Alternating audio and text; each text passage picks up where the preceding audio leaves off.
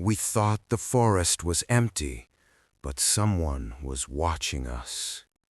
It wasn't the trail that scared us, it was what waited at the end of it. If you love true horror stories, like, share, and subscribe, because tonight's story might just follow you home. My brother Johnny and I had come to the beautiful Lake District, to Keswick, for a hiking trip. It was April, and we had already trekked through several local spots. This time we'd chosen a new trail for ourselves. The first day was exhilarating and utterly exhausting. We were both so knackered that we turned in early. The next morning we felt completely refreshed and were buzzing for the day's adventure. We had more hiking planned and were eager to explore the area further. I was a bit slow to get out of bed, but Johnny was up and ready in a flash. I didn't stop him. I noticed he hadn't taken much gear with him, not even his proper hiking rucksack. I assumed he was just popping out somewhere nearby and would be back soon. Comforted by that thought, I drifted back to sleep. When I finally woke, it was nearly dark outside. I had no idea how long I'd been asleep. I looked for Johnny inside the cabin, but he wasn't back. I started to worry. It was so dark out that hiking or seeing anything was out of the question. Where had he gone? My anxiety began to mount, laced with a peculiar sense of dread. I got up, grabbed a torch, and headed out to look for him. I called his name for what felt like ages, scrambling about trying to get a vantage point from higher ground, but the profound darkness made it impossible to venture far. Suddenly, I heard a rustling from a corner, like someone passing behind me. I spun around immediately, but there was no one there. This only made me more agitated. Nighttime in a wild place like this can be terribly dangerous. I pressed on a little further, and finally I spotted Johnny huddled in a nook. He looked utterly terrified, as if he were hiding from someone. The moment he saw me, he gasped, "Thank God you're here!" He was badly shaken. Both of us had this persistent feeling of a third presence nearby. The atmosphere was strange, charged with an unnatural fear. We immediately set off, walking as fast as we could. On the way, I asked him, "Where were you all this time?" or was getting worried. Johnny told me, "On my way back from the hike, I felt this odd presence. I looked behind me and saw a man's silhouette among the distant trees. He peered out for a moment and then vanished. I was frightened, but I told myself it was just my imagination and carried on. A bit further ahead, I saw the same man again. He looked profoundly strange. I felt sure he was following me, and if I headed for the lit cabin, he'd follow me right to it. So I started running, fast, and found a place to hide so he couldn't trail me back." Johnny continued, "While I was hiding, I got a closer look at him. He was very tall, with bizarre features, what looked like a scar near his eye. He gave off the most creepy vibe.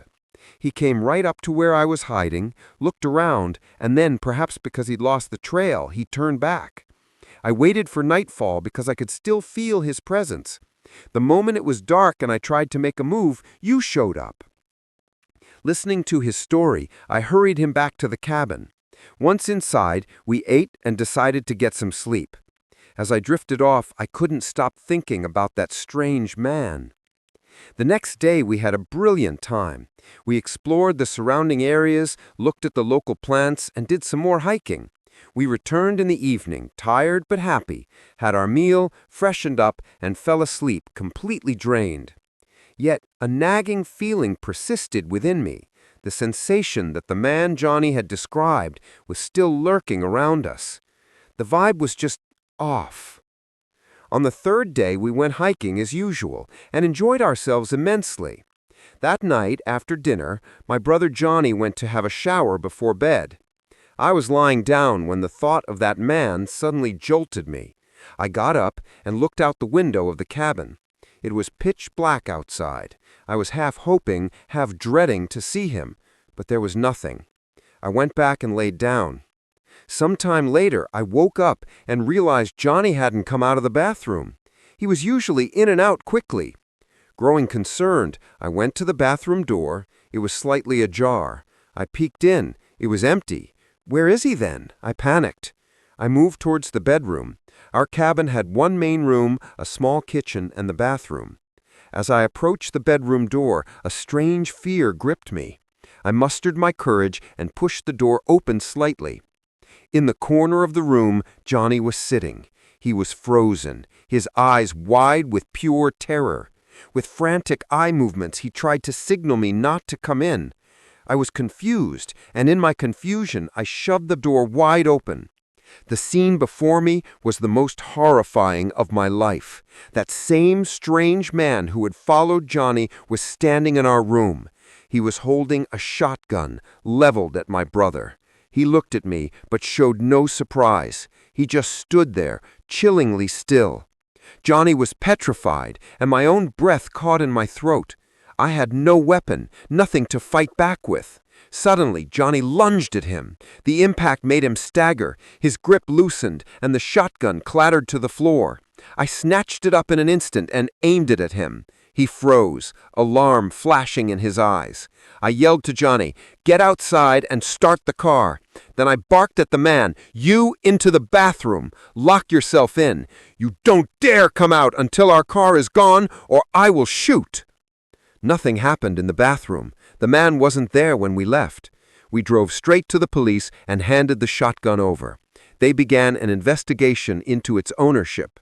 Their inquiries revealed the gun belonged to a man who had been missing for the past 5 years.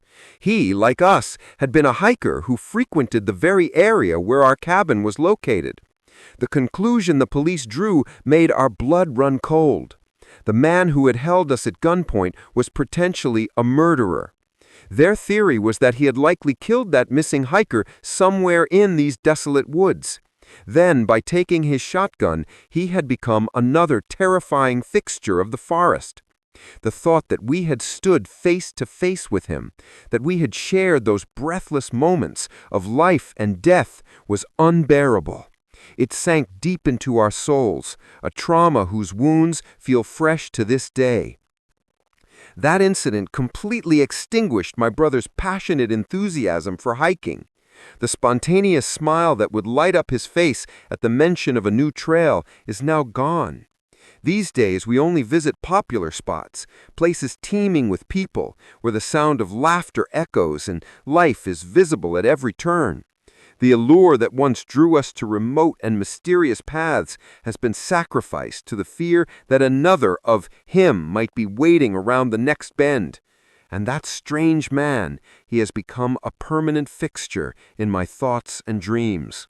Sometimes in the dead of night, when the wind rustles through the trees, I think I can hear his footsteps. Sometimes in the depths of sleep, I see him standing in the distance, his nameless eyes staring right through me. This fear has now settled in the innermost chamber of my heart, a dread that never fully awakens, yet never truly sleeps.